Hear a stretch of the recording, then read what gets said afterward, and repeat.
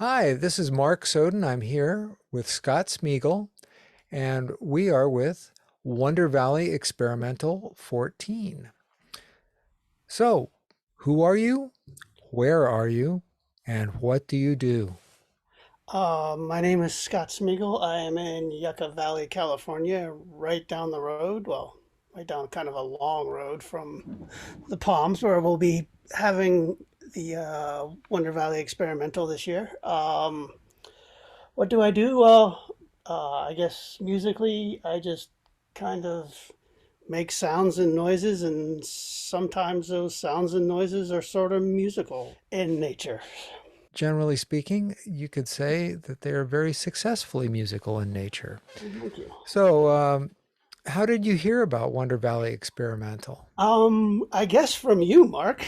I guess it was a few years back. We had just, I don't know about just moved out here, but it was, you know, you did I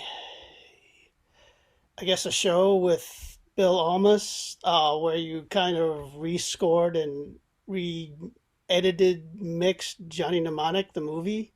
Ah, yes, just Johnny. Yeah, and my wife and I are big William Gibson fans, so we attended, and that's sort of how we kind of both got involved with, I guess, the kind of the whole weird music scene that's around here.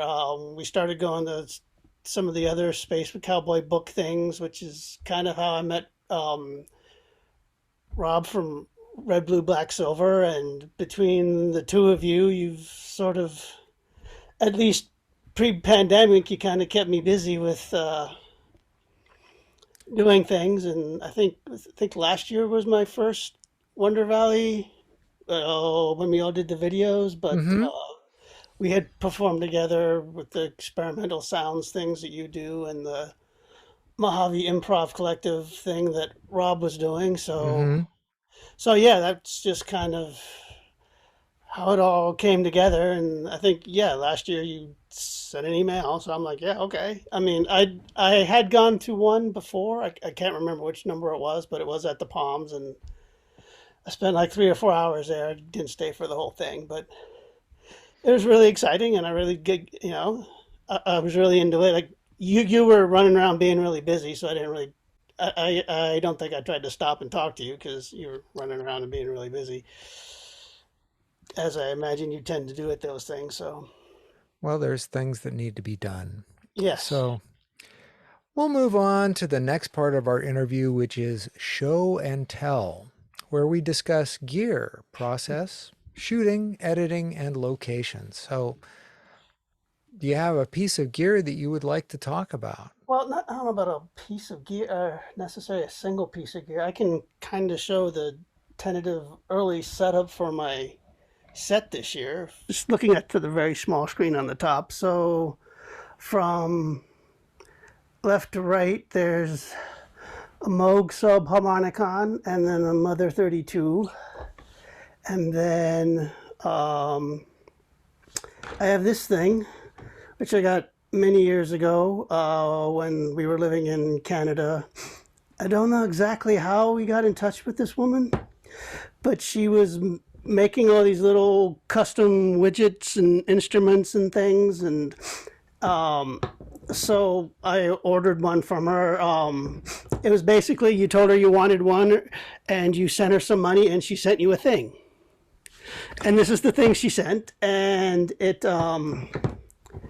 has an oscillator in it, which you can tune with one of these knobs. None of the knobs are labeled, and I never remember which one's which. So that's always exciting when you're just turning Mm-hmm. knobs and Yes. find a sound. And then the other three are various LFOs for things. I think one's amplitude, one might be filter, but I really don't know. I just kind of turn the knobs till I find a sound that I like. And then I have this going into this guitar pedal. It's called the Great Destroyer.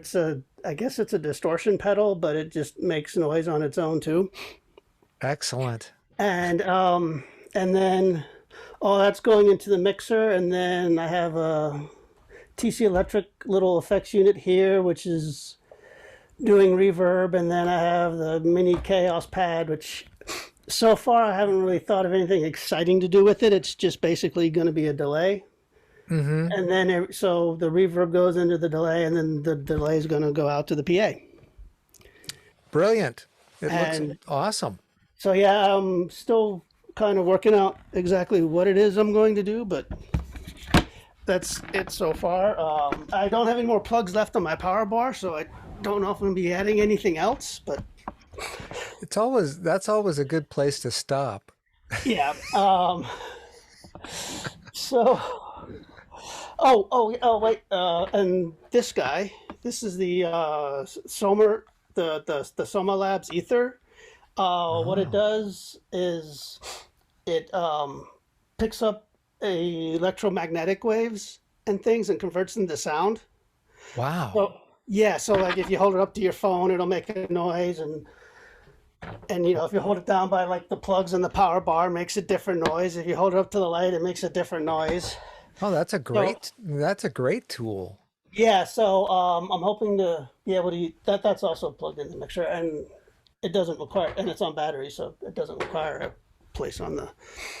So I'm not, yeah.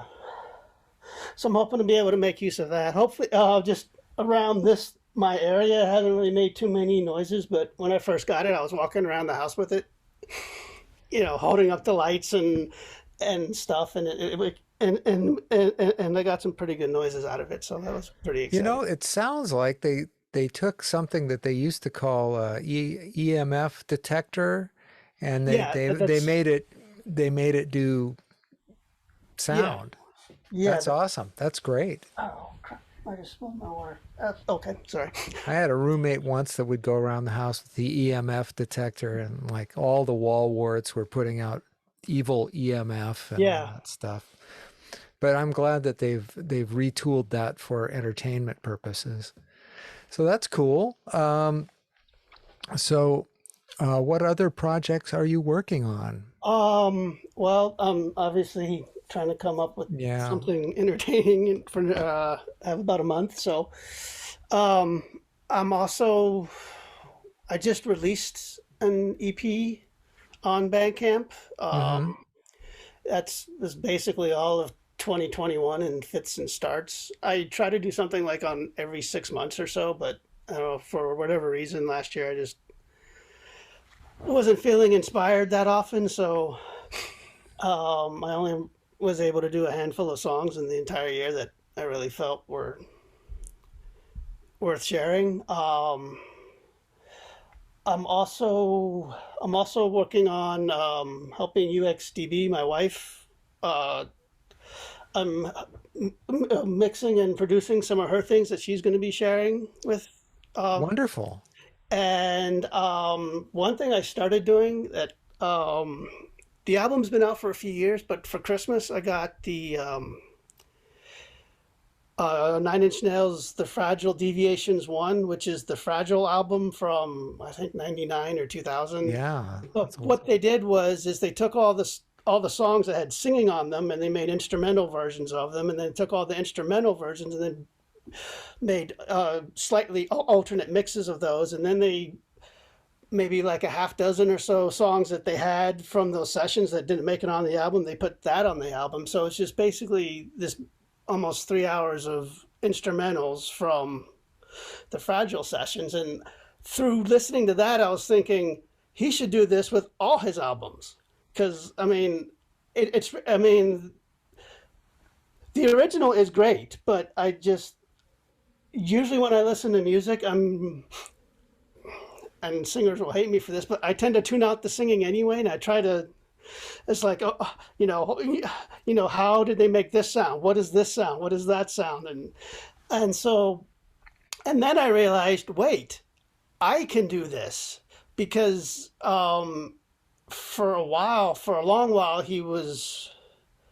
they released a lot of their songs so their fans could remix the song. So it's all like individual multi-track stems. I mean, it's obviously Right. not, the entire Pro Tools sessions. They're condensed down to usually like a dozen tracks or so. But you know, so So one thing I just finished up was I just basically did the same thing with the album Year Zero. I basically stripped out, I just deleted most of the vocal tracks. Some of them had like vocalizations that weren't words on them, so I kind of kept those, because they kind of add to things. But what I did was I just and then I subtly, not like drastically remixed the tracks, but I would boost some tracks that I wanted to hear more of, and